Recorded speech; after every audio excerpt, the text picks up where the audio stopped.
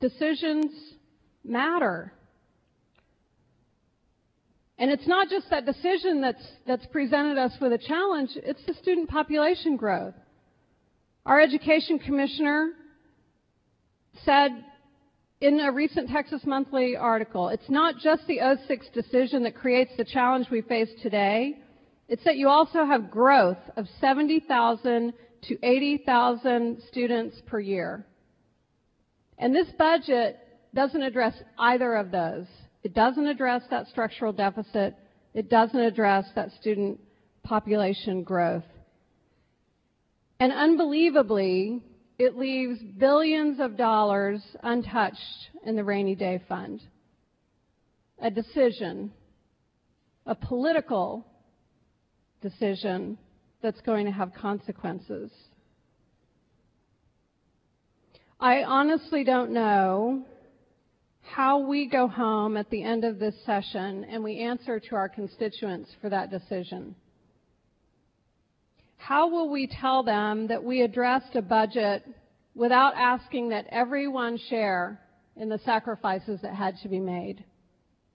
How will we tell them that we didn't close the loopholes that have been talked about today? Senator Lucio mentioned $30 billion in loopholes. Senator Ellis pointed out quite a few of them specifically. How will we tell them that we left $290 million in the governor's enterprise and emerging technology funds, which are supposed to assure job growth in this state, to make sure that thousands of teachers and others didn't lose their jobs? How do we tell them that we didn't do anything to cover the hot check that our comptroller in 2006 warned us about? And even worse, how do we go and tell them that in order to try to address that structural deficit, we decided to institutionalize it? We're going to pass a budget that includes an educational funding component that forevermore changes the way we'll fund education, and forevermore takes $4 billion off the state's obligation for funding our public schools. How do we tell them that we didn't do, Chairman Ogden, what you asked us to do at the very beginning of this session, fix the margins tax problem? How do we tell them we didn't do that? I rise in opposition to this budget, and I am not doing it for political purposes, and I am not doing it to be obstructionist. My vote on this budget represents my belief that the budget I've been asked to support is unsupportable.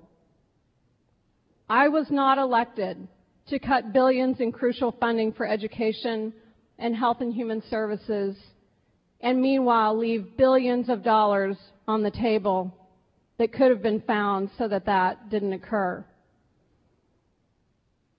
I've heard the phrase, and in fact someone said it today, elections have consequences.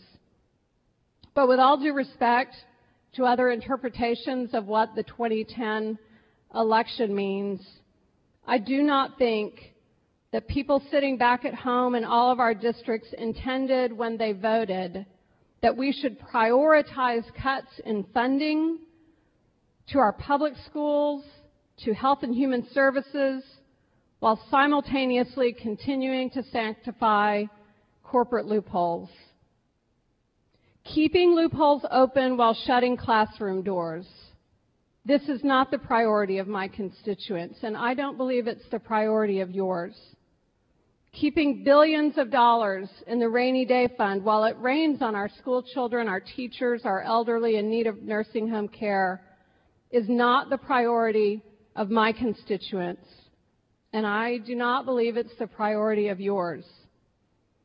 Failing to fix the structural underfunding of our education system, and worse, perpetuating it, institutionalizing it, making it legal, as this budget does, is not the priority of my constituents, and I don't believe it is of yours. I am in favor of Texas living within its means. I know that we are facing a very tough economic reality. I know that cuts were necessary in this budget, but the cuts are too deep, and they cut into the heart of our future. This budget challenges our ability to reach its potential, and what I fear is that it assures that we will not. And for those reasons, in all respect to you, Chairman Ogden, and others who are voting in favor of this budget, will choose not to. Thank you, Mr. President.